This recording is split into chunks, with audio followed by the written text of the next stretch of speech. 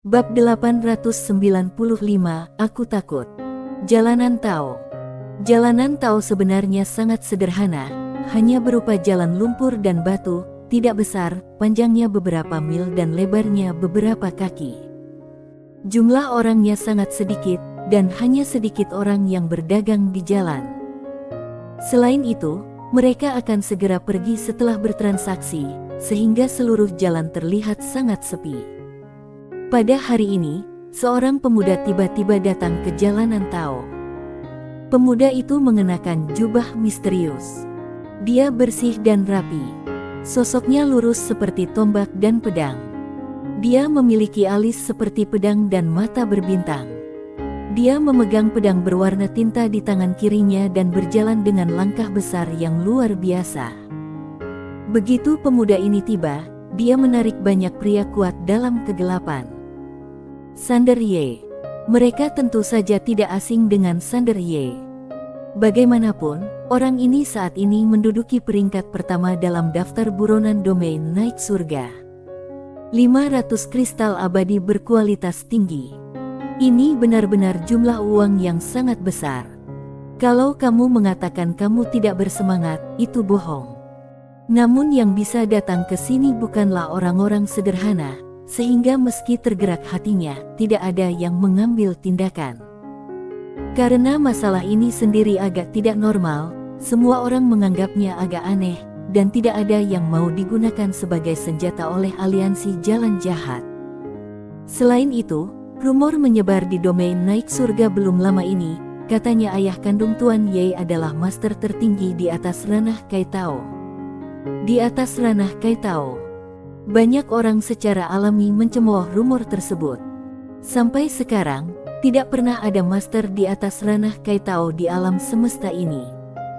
Bagaimana ayah Sander Ye bisa begitu hebat dan mampu mencapainya?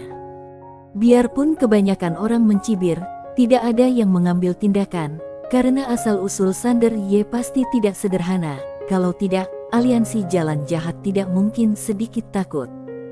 Oleh karena itu, semua orang bersembunyi secara rahasia dan mengawasi. Mereka semua menunggu orang lain mengambil tindakan. Semua orang ingin mendapatkan manfaatnya. Pada saat ini, seorang gadis kecil tiba-tiba muncul di samping Sander Ye. Orang yang keluar adalah Yinia. Sander Ye sengaja memanggil Yinia. Selama periode ini, Yinia sudah mempelajari ruang dan waktu misterius di pagoda kecil. Faktanya, pencapaian dan manipulasi jalan waktu oleh Yinia benar-benar menakutkan, namun dia tidak menyadarinya, dia juga tidak mempedulikannya. Dia sekarang fokus mempelajarinya, menyederhanakannya, dan kemudian memberikannya Sander Ye untuk digunakan. Sander Ye berinisiatif memegang tangan Yinia, Yinia meliriknya dan tersenyum manis. Sander Ye tersenyum, lalu menarik Yinia menuju jalanan Tao. Secara rahasia, Mola Jimo dan kakaknya Mogu Jimo sedang menatap Sander Ye dan Yinia. Ada sedikit rasa ingin tahu di mata indah Mola Jimo, karena biarpun Tuan Ye adalah kultivator pedang, dia memiliki temperamen yang lembut dan santai. Tiada ketajaman seorang kultivator pedang, yang benar-benar berbeda dari kultivator pedang yang pernah dia lihat sebelumnya. Kebanyakan kultivator pedang relatif pendiam, pemarah, dan terobsesi dengan pedang, tetapi Tuan Ye di depannya berbeda. Kalau dia tidak memegang pedang, dia sama sekali tidak terlihat seperti seorang kultivator pedang. Tak lama kemudian, kekaguman di mata Mola Jimo berubah menjadi kekhawatiran, karena Tuan Ye tidak pandai berpura-pura. Kalau kamu tidak berpura-pura dengan baik, kamu tidak akan bisa mengintimidasi beberapa orang dalam kegelapan. Perkataan yang masuk akal bisa menekan orang berbudi, tetapi pakaian yang mewah bisa menekan penjahat. Di dunia sekuler, ada banyak orang yang memandang rendah orang lain. Pada saat ini, Tuan Ye di kejauhan berhenti di pintu masuk jalanan Tao dengan gadis kecil di sampingnya. Sander Ye melirik beberapa meter ke kanan, di mana ada tanda kayu dengan dua karakter bengkok tertulis di atasnya, Jalanan Tao. Sander Ye tiba-tiba berjalan ke papan kayu itu, dan semua orang sedikit bingung. Saat ini, Sander Ye melambaikan tangannya dengan 2 jari. Dalam sekejap, dia memotong papan kayu itu menjadi beberapa bagian kecil. Semua orang terkejut. Orang ini menghancurkan rambu-rambu jalan begitu dia tiba. Apa yang akan dia lakukan? Mola Jimo dalam kegelapan juga penuh keraguan. Mogu Jimo menatap Sander Ye dan berkata dengan suara yang serius, "Mola, kultivator pedang ini tidak sederhana. Ada beberapa trik, jadi kamu harus berhati-hati." Mola Jimo langsung merasa tidak puas. "Kak, Tuan Ye adalah orang yang sangat baik." Mogu Jimo. Pada saat ini, seorang lelaki tua tiba-tiba muncul di depan Sander Ye dan Yinia. Pria tua itu mengenakan jubah hitam besar dan menatap Sander Ye dengan tatapan yang sangat tidak ramah. "Apa yang kamu lakukan?" Sander Ye sedikit mengenyit. "Pada level berapa kamu layak berbicara denganku?" Orang tua itu tercengang. "Brengsek, apakah kamu begitu sombong?" Kata-kata Sander Ye langsung membuat lelaki tua itu bingung. Sander Ye mengabaikan lelaki tua itu dan mengajak Yinia duduk di samping. Panggang domba. Melihat pemandangan ini, diam-diam banyak orang terlihat heran. Orang ini menebang rambu jalan hanya untuk memanggang dombanya. Wajah lelaki tua itu tiba-tiba menjadi gelap. Ini bukan lagi penindasan, tapi penghinaan.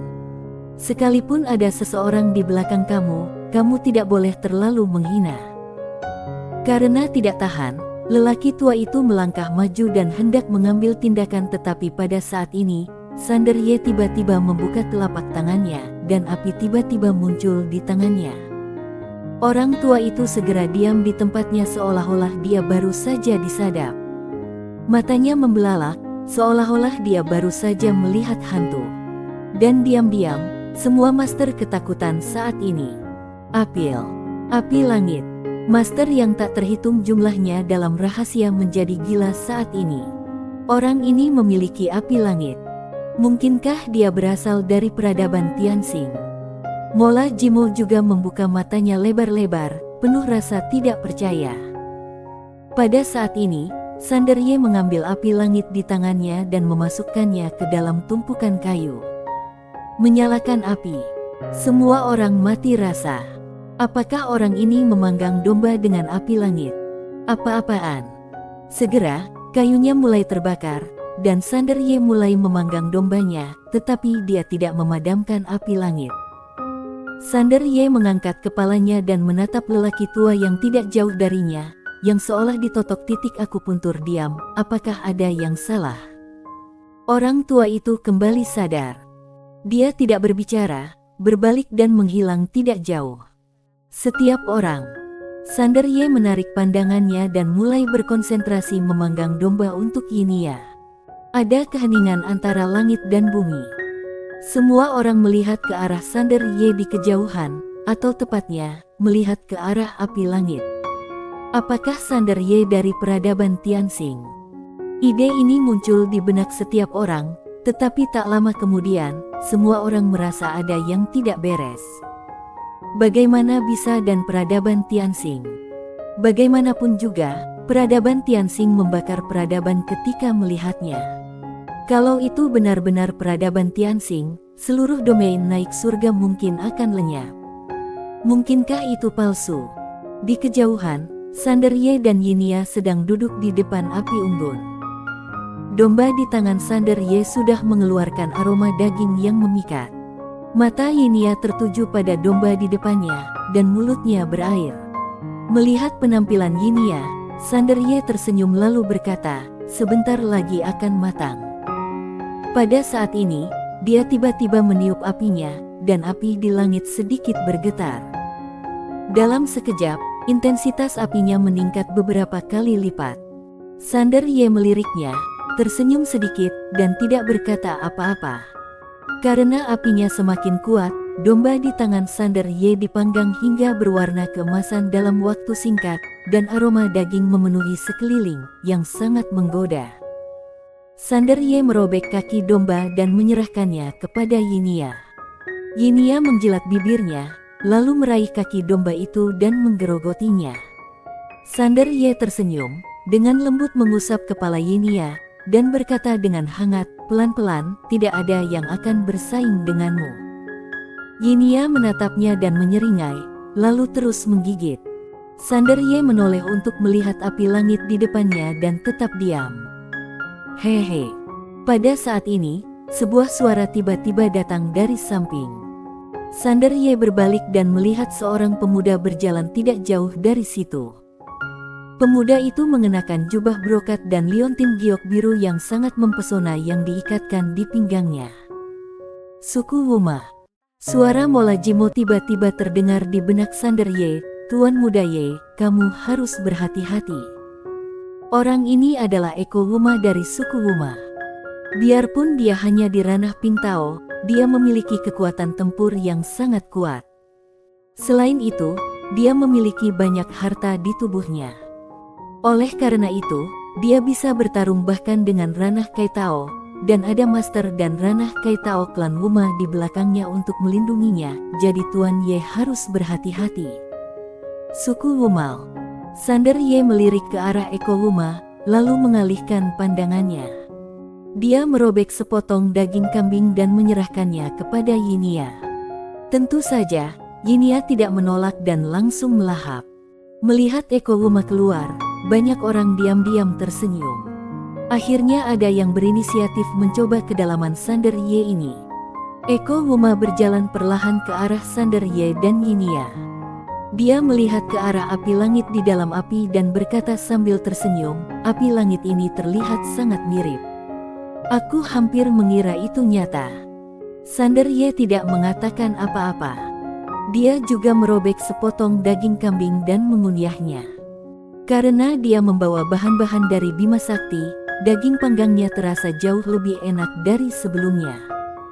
Orang-orang di Bima Sakti pandai menikmati makanan. Eko Wuma memandang Sander Ye, memegang kipas di tangan kanannya dan mengetuk telapak tangannya dengan lembut, lalu berkata sambil tersenyum, kalau aku tidak salah, rumor baru-baru ini bahwa ayahmu adalah di ranah Kaitao itu sengaja kamu sebarkan, kan? Dan alasan kamu melakukan ini hanya untuk membingungkan lawanmu dan membuat orang mengira kamu tidak sederhana dan ayahmu bukan orang biasa. Setelah mengatakan ini, dia menggelengkan kepalanya dan tersenyum, menunjuk ke api langit, dan berkata, kamu sengaja melakukan ini sekarang, yang membuatku lebih yakin bahwa kamu sengaja pamer dan ingin menggunakan cara pamer semacam ini untuk mengejutkan semuanya. Aku hanya bisa mengatakan bahwa kamu benar-benar menganggap orang lain terlalu sederhana. Sander Ye melirik cincin penyimpanan di tangan Eko Wuma dan tidak berkata apa-apa. Eko Wuma terus tersenyum dan berkata, orang yang benar-benar memiliki pendukung dan latar belakang tidak pernah repot-repot mengatakan bahwa ada seseorang di belakang mereka. Hanya mereka yang tidak ada yang akan berpikir untuk menyombongkan diri. Seperti kata pepatah lama, semakin banyak kekurangan sesuatu, semakin besar kemungkinannya ingin pamer. Sander Ye menunduk dan menggerogoti daging kambing itu tanpa berkata apa-apa. Eko Wuma menatap Sander Ye, alisnya berkerut, begitu tenang. Apakah memang ada kemampuan? Setelah memikirkan ini, Eko Wuma sempat sedikit ragu-ragu. Apakah dia ingin mengambil tindakan? Pada saat ini, Yinia tiba-tiba menarik lengan baju Sander Ye. Dia menatap Eko Wuma dan berkata dengan takut-takut, aku takut. Pagoda kecil. Sander Ye. Melihat adegan ini, Eko Wuma tiba-tiba tertawa, dan dengan tekad di hatinya, dia mengambil langkah maju dan meninju Sander Ye. Bersambung.